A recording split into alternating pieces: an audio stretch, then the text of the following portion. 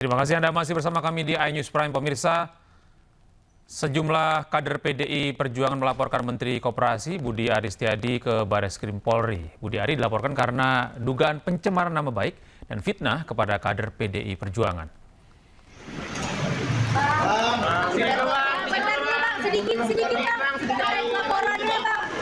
Delapan orang kader PDI Perjuangan mendatangi Bareskrim Polri dengan membawa sejumlah dokumen dan barang bukti. Mereka juga membawa rekaman pembicaraan Budi Ari yang dianggap memfitnah PDI Perjuangan di salah satu media yang saat itu menjabat sebagai Menteri Kominfo. Budi Ari sedang berseteru dengan kader PDI Perjuangan karena mengaitkan kasus judi online yang sedang diberantas pemerintah dengan kader PDI Perjuangan. Didakwakan terhadap bukti-bukti yang bisa kami sampaikan adalah ada video yang utuh, ada rekaman yang utuh pembicaraan yang Budi Ari dengan salah satu dari media juga. Nah, dari situ kami membuat laporan. Ya. Kami ini sebagai kader PDI Perjuangan ya merasa tersakiti atas pernyataan ya yang disampaikan oleh Budi Ari yang menuduh katanya PDI Perjuangan yang main ini semua dan Bapak Budi Gunawan.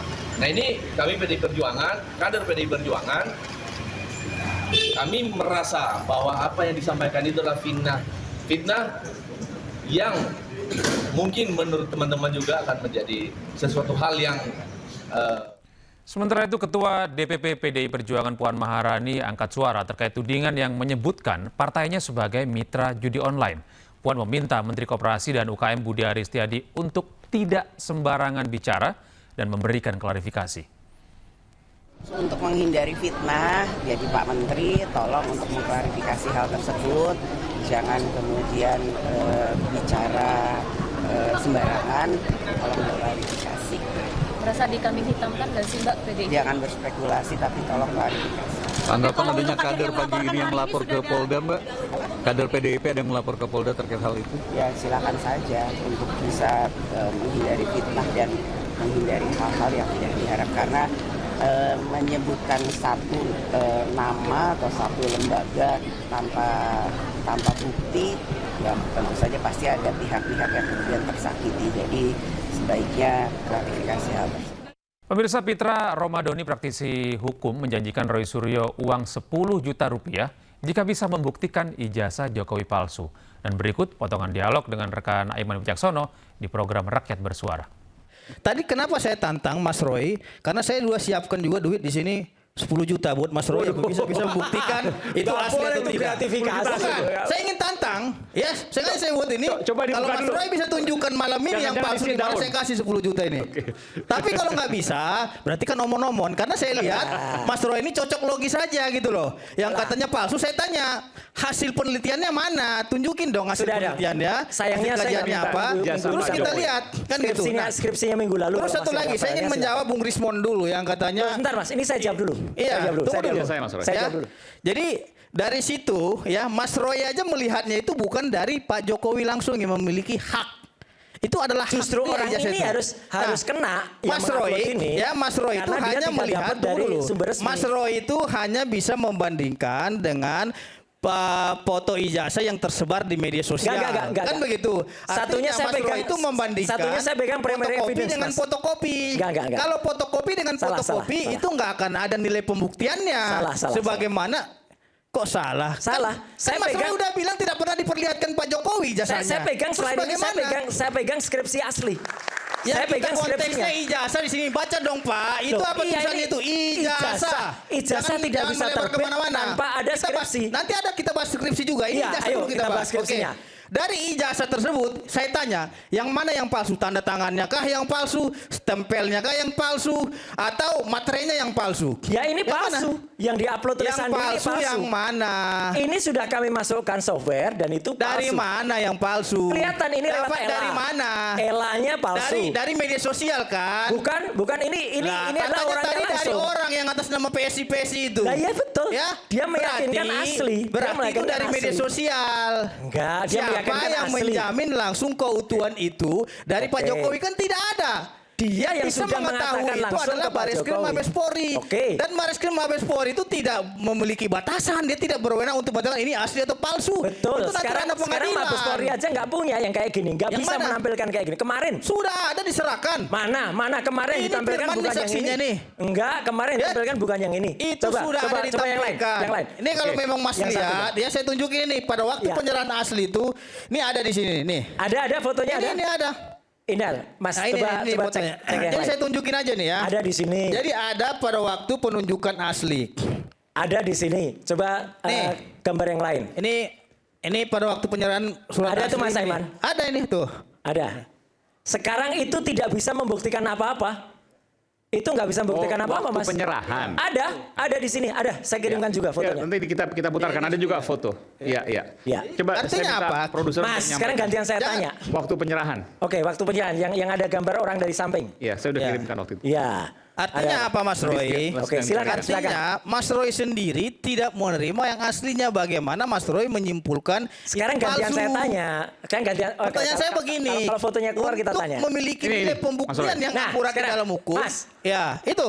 Anda tahu ini fotonya asli dari mana? Lah, kan udah disampaikan dari Bareskrim, sudah diserahkan Mabes Oke. Polri Anda itu. bisa memastikan nggak kalau ini asli? Lah, saya percaya sama polisi. Lah itu katanya lagi, bukan katanya. lagi, ini Itu katanya hukum juga. gitu loh. Loh, Ini nggak bisa Mas, diuji. Kalau Anda Ini tidak nggak- percaya nah, ini. sama Polri, kenapa Anda membuat Kalau laporan dibesarkan Humas ke kayak Bareskrim gini. Mabes Polri? Yang tadi itu ya, Lah, Mas, konsisten kalau dong kita dibesarkan berbicara. kayak gini nih, Coba di bisa nggak ngecek? Coba balik yang tadi. Ini gambar yang pada tadi. waktu penyerahan Iya. ke pihak penyidik. Oke, ini bisa diuji nggak? Disaksikan oleh Siapa tim penasihat ahli yang hukum. bisa menguji ini? Saya ganti kasih 10 juta kalau bisa ngasih. Ya itu. Ayo. Ini 10 juta udah saya siapkan. Lah, ya, Ini tuh. Nah, ini itu. Nah, udah saya siapkan nih. Mana yang palsu gitu? Saya yang buktikan sini. Pakai skripsi sini. Ya, pertanyaan saya begini. Sini. Yang palsu yang mana? Presiden Prancis Emmanuel Macron tiba di Jakarta pada pukul 21:50 waktu Indonesia Barat melalui Bandara Halim Perdana Kusuma.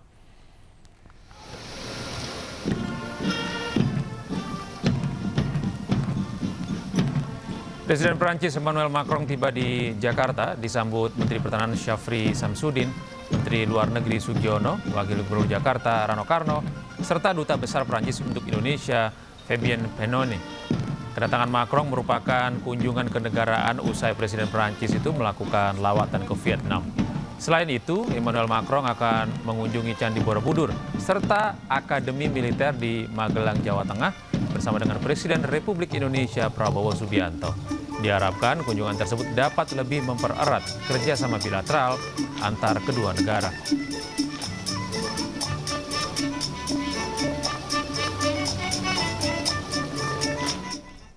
Sementara itu pemirsa, Candi Borobudur di Magelang, Jawa Tengah baru-baru ini viral di media sosial karena dipasangi eskalator. Pemasangan eskalator itu untuk kunjungan Presiden Prancis Emmanuel Macron bersama Presiden Prabowo Subianto.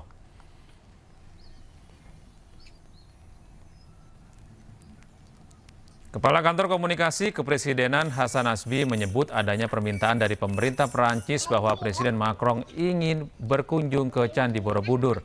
Rencananya Presiden Prabowo akan mendampingi Presiden Macron ke Borobudur sehingga pihak pengelola menyiapkan fasilitas untuk memudahkan kunjungan.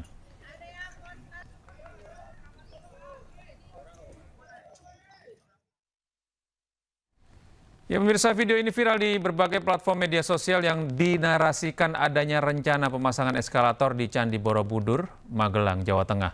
Unggahan video ini pun sontak menuai komentar warganet yang menyoroti kelestarian bangunan bersejarah ini.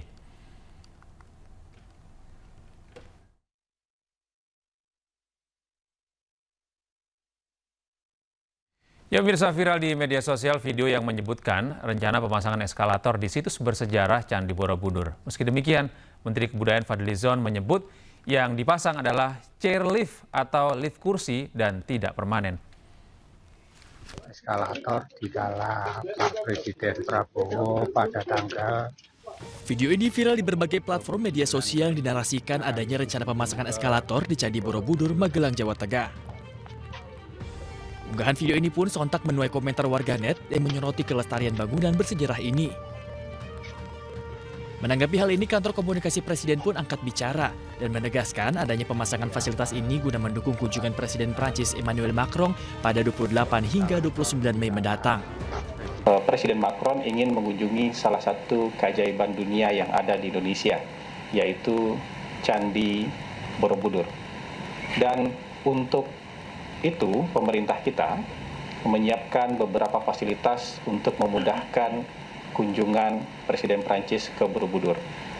Nanti beliau akan ditemani oleh Presiden Prabowo rencananya selama di sana. Dan pihak pengelola menyiapkan beberapa fasilitas untuk memudahkan kunjungan. Pemerintah menyiapkan rem, ya, jadi semacam jalan setapak yang tidak pakai tangga untuk sampai level 4. Kemudian juga menyiapkan nanti namanya apa itu? Stair lift. Stair lift itu ya kalau di rumah-rumah biasanya dipajang di pinggiran tangga untuk bawa orang untuk naik ke lantai berikutnya.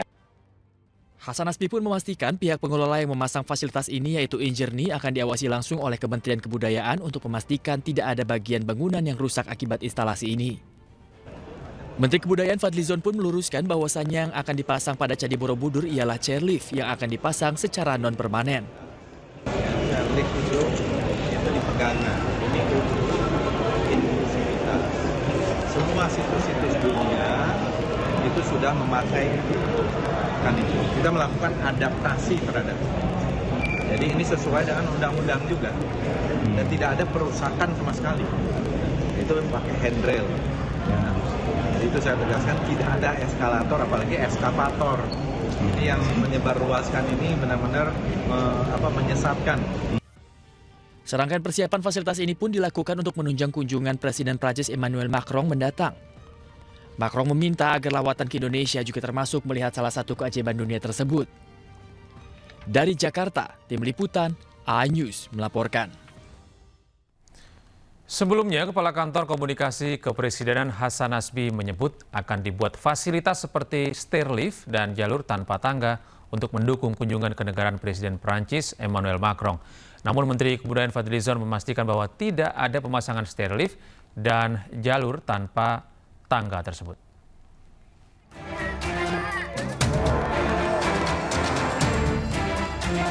Isu penambahan fasilitas di Candi Borobudur mencuri perhatian publik setelah beredarnya informasi adanya instalasi eskalator di salah satu situs warisan dunia tersebut.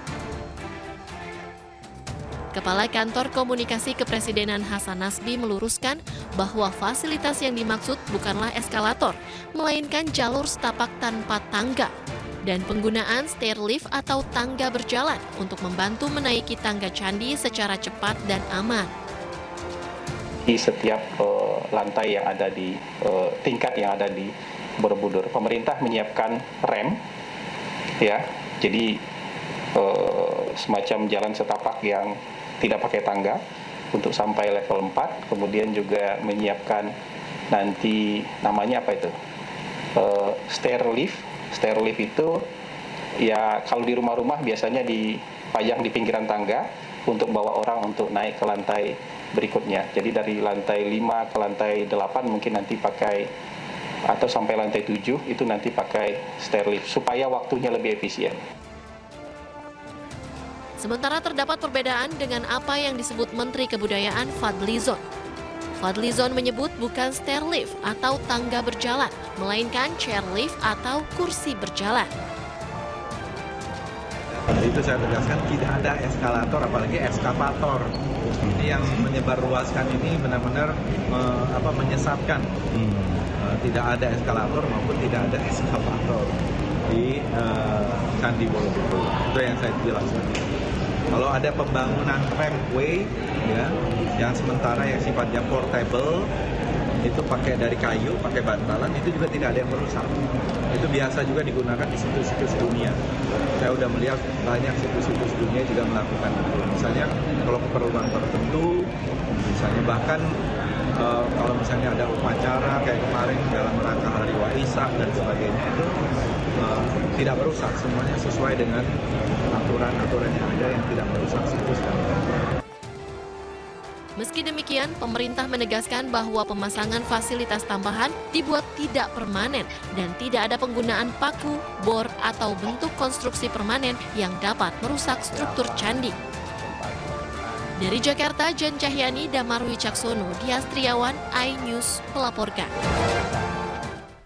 Presiden Republik Indonesia Prabowo Subianto menyampaikan sambutannya dalam konferensi tingkat tinggi kedua ASEAN Gulf Cooperation Council yang berjalan di Kuala Lumpur Convention Center, Malaysia pada Selasa 27 Mei 2025.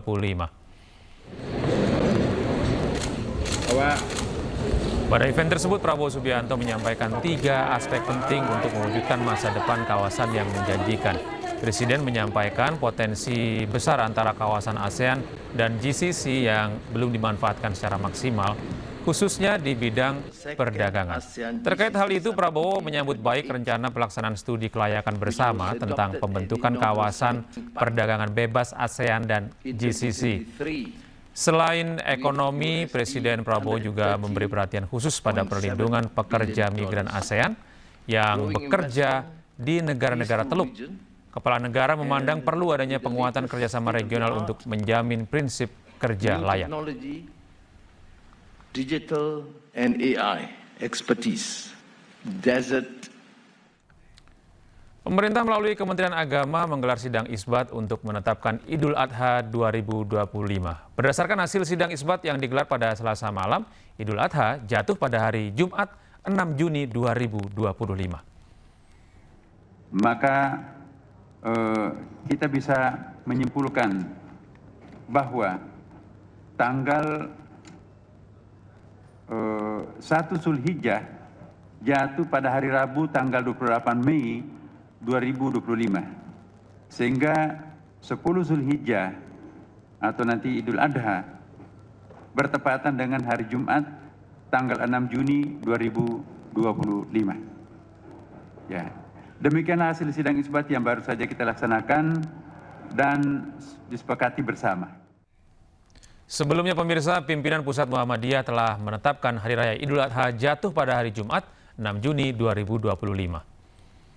Muhammadiyah sudah menetapkan bahwasannya pelaksanaan Hari Raya Idul Adha itu jatuh pada hari Jumat tanggal 6 Juni 2025 dan puasa Arafahnya hari Kamis